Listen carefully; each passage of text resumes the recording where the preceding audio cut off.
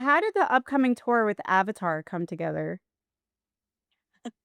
Is an incredible question because I have no idea how it's happened. I guess hard work paid off at some point in our career.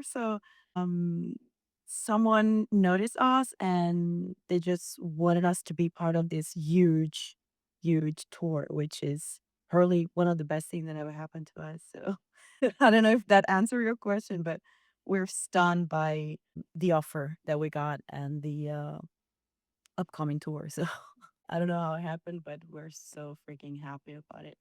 Yeah, it's awesome because I mean, musically, you guys are very different from each other, but aesthetically, they're the theatrical side is similar. It's like a circus meets a dead orchestra.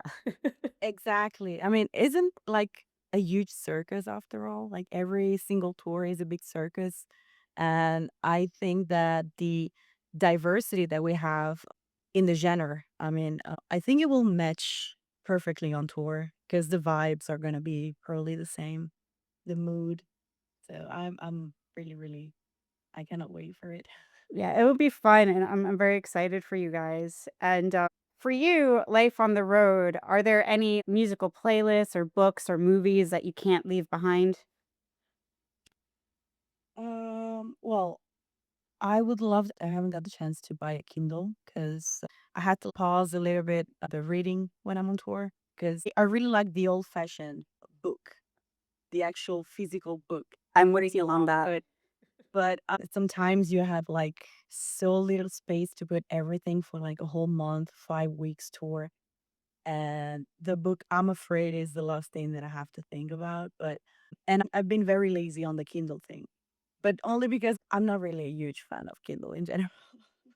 Sorry. But the playlist, and I have like my tablet, I have my phone with me. So movies, TV shows, and playlists is a go to. So I actually, I'm on two extreme sides, like completely different sides. One is the ambient part, which I just play like I have like 8 hours thunderstorm and rain and wind in the forest, ambient music on for like 8 hours straight, and I just sleep on it in a white noise. And the other one is my favorite music that pumps me right before the show. I guess ambient is a go-to, and it's probably the most listened songs that I that have been listened, especially last year that we tour so much. No, I get it. It calms you down. I listen to the white noise too. Oh, yeah, it suits me, like, you have no idea how. It just when I'm on the f like, when I'm flying, when I'm, not driving, like, but when I'm in the car, and it helps me a lot, especially in a tour bus when you need to relax and you need to optimize the time that you have to sleep as much and as good as you can. It really helps. Yeah. Now, from the behind the scenes perspective, because you guys definitely do put on a lot of makeup and costumes and very detailed, how long does it really take you guys to put everything together before going on the stage? If we're not considering the, warming up thingy, well, in the beginning, it was 40 minutes, honestly, for me, because I didn't know where to put my hands on. But right now, after 15 years that we're doing it, I guess with like 25 minutes, 30 minutes, if I try to procrastinate, and that's a very bad side on myself. But if I had like 1 hour, I have to force myself to sit down and say, okay, Veronica, we have 1 hour. So let's start now and let's take it easy. So you have time to draw the details. And if you fuck something up, you have the time to fix anything. Yeah, I'm just being honest right now. If I can procrastinate, I'll just do it. And 25 minutes is what it takes. Because I know that it takes 25 minutes. Why should I do it 1 hour prior to the show? Just let's do it 25 minutes. That's And awesome. something happens, and then I'm like, "Oh, shit, I should have known." And but it's the way it is. You guys have like a system, I guess, by now. Oh, yeah. And from touring with the band, what is your most unique, memorable gift you received from a fan that you can remember? Oh gosh. This is a very hard question because every single tour, there's someone giving you gifts, but not just like physical gifts, like not just like objects. That's what I meant. They're never objects. Sometimes it's drawings, paintings, sometimes a piece of cloth that belonged to, I don't know, a friend of this person who passed, or sometimes, I don't know, like, oh, a handmade handcraft crown. I received a handcraft crown last summer at the Brule Salt in Czech Republic, made from an amazing artist that I didn't know about. And my bad, I'm sorry, because she's amazing. And she managed to call a friend of hers who was working at press. So he came to me and was like, this is from a fan of yours, which is like an artisan of jewelry and crowns. And she made this specifically for you. So that's like a unique piece. And that's my piece. And that's one of the best things that I've ever received. But Aw, basically, every single tour is full of surprises because fans are so, so cool.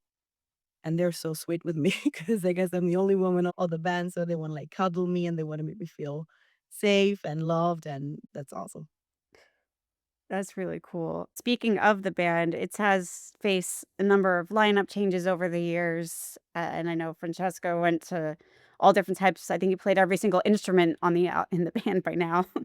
For you, becoming an official member, how has that experience been since stepping in a permanent role?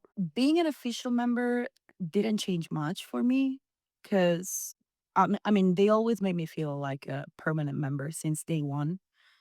We're really good friends outside the band. I've always feel welcomed as a friend and as a member, as an artist. Um, so when they announced that I was going to be official, nothing changed for me. But when Paolo left and I had to step in and take over his parts, things changed a little bit and better for me. I had to take all responsibilities basically. And I had to take the spotlight, which I wasn't used to. Even if I'm 37, I guess I never stopped growing up as a person. And that helped me a lot in so many different ways. So I have to thank them for that. Yeah, I mean, I have to thank them for trusting me in, this decision, wanted to give me these responsibilities, basically. It has been nice seeing you taking on more of the role. I will say that it's nice seeing you in more in the spotlight. So it's really good. You've actually appeared on basically most of Flesh God's material.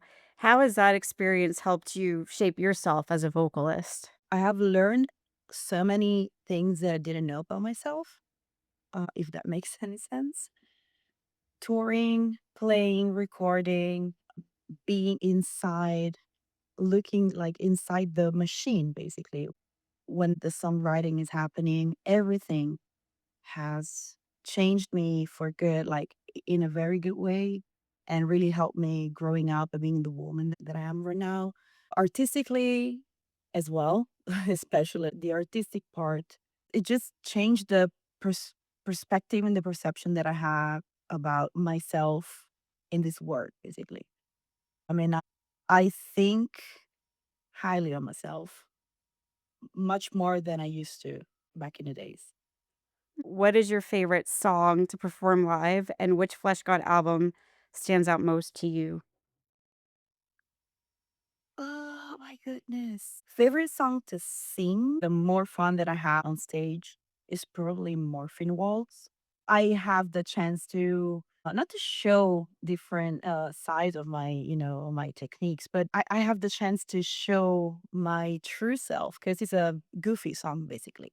I mean, it's not goofy. The meaning of the song is not goofy, but the way we perform it is just, we're basically the meaning of the song is that Francesco talks about himself while he's on on drugs after the surgery. So morphine takes over and you're like completely out of your mind. You're just saying things, you're imagine things and you act weird. And I feel like I am weird myself. So when I'm on stage, I tend to express the way that I am, more sides of myself, which, as an opera singer, as most people see me as, I don't have the chance to show. Like, the show starts with the intro, which is 100% an opera song, like an area, is piano and voice and vocals. So it's completely different from Morphin Walls, after all. It's a way that I have to show people that I am more than that, and I'm having the time of my life on stage. So performing that one is probably the most fun that I have on stage. But also the Fool, which is on the same line more or less. I mean, as the song, the titles is, but yeah, that's the my favorite to perform. Favorite album probably is Labyrinth, because I really love the aesthetics, but also the vibe that it has.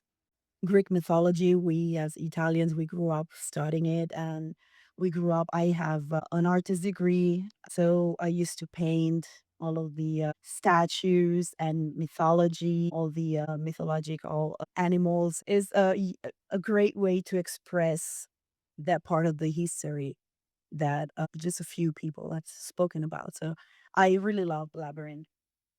Are there any composers or requiems or operatic works that you'd love to reinterpret with Flesh God if given the chance? During the pandemic, we decided to do something like that actually. My favorite composer is probably Mozart. My second favorite is Verdi. But during the pandemic, we released a cover, a reinterpretation of Lacrimosa, the Requiem. That was beautiful, by the way. Thank you. He was. I'm not 100% satisfied with that, but it's, as you know, the original has at least 20 to 40 singers singing at the same time. And I had to, reinterpret and just sing one line that could have taken over 40. So it's a bit different from the original, but I mean, we tried our best and we recorded it in our home. So we didn't even get the chance to go to a studio. So as I said, it was the pandemic, so we were forced to stay home and we tried to do what we could. So, yeah, I mean, that's probably my favorite. And I'm glad that we've been able to reinterpret Lacrimosa, which is one of the most beautiful song areas ever written, probably. I agree with you, and it's funny that that is your answer because that answer is what inspired my question. Oh, well, you're welcome. So you already did that. Okay, got it. Yeah, I know the questions now. I read. No, I'm joking.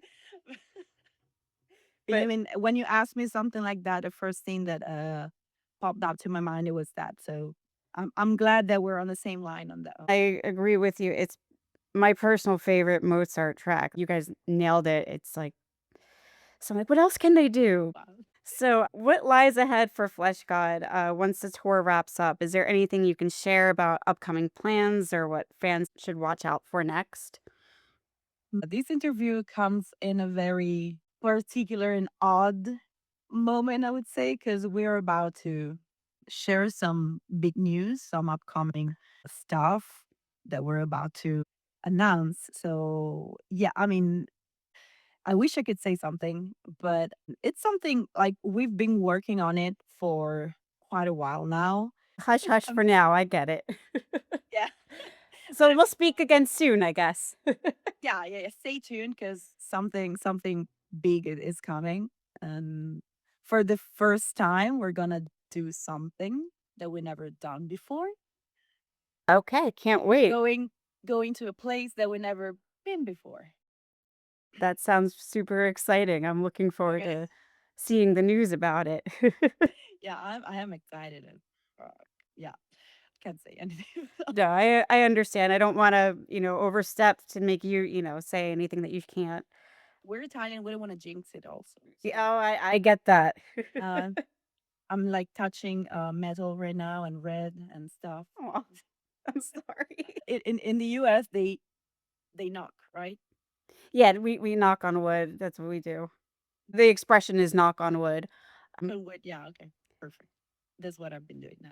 Off topic, there's been a great deal of discussion around artificial intelligence, both good and bad. Where do you stand on it, and how do you see AI as a potential threat to the music industry? That's an awesome question.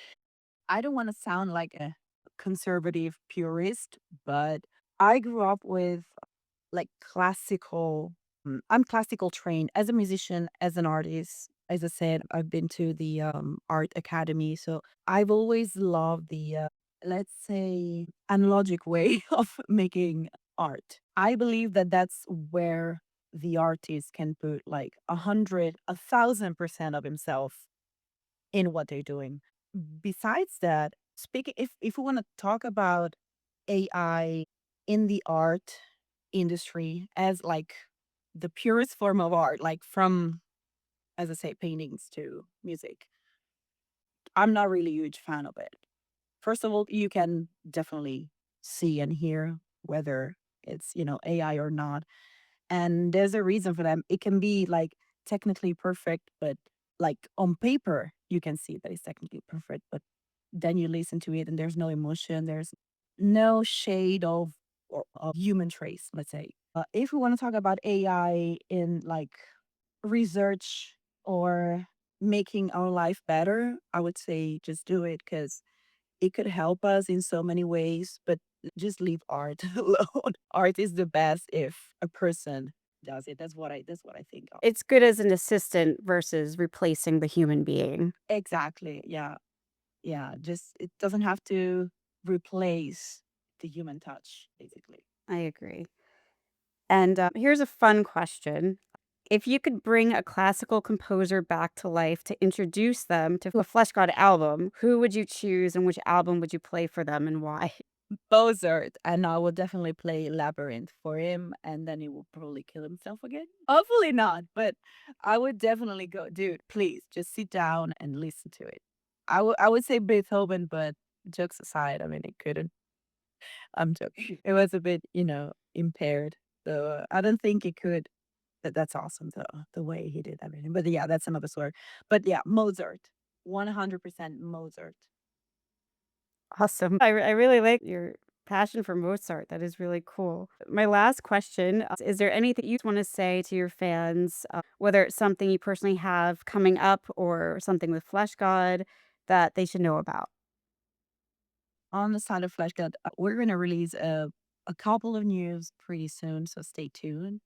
And for me, as a like Veronica, I am about to start going live on Twitch again soon, singing, playing video games, painting, stuff that I used to do like 1 year and a half ago. Then I had to take a huge hiatus for many reasons. I'm back. I'm fixing some stuff, but I should be back soon on Twitch and on YouTube and TikTok and all the platforms that allows me to do live streams, basically. So yeah. Veronica, I have to say, it was definitely a pleasure speaking with you. I'm Like, so thank happy that you're more in the spotlight with the band. It's just amazing. And I hope the best for Flesh God and you. thank you very much.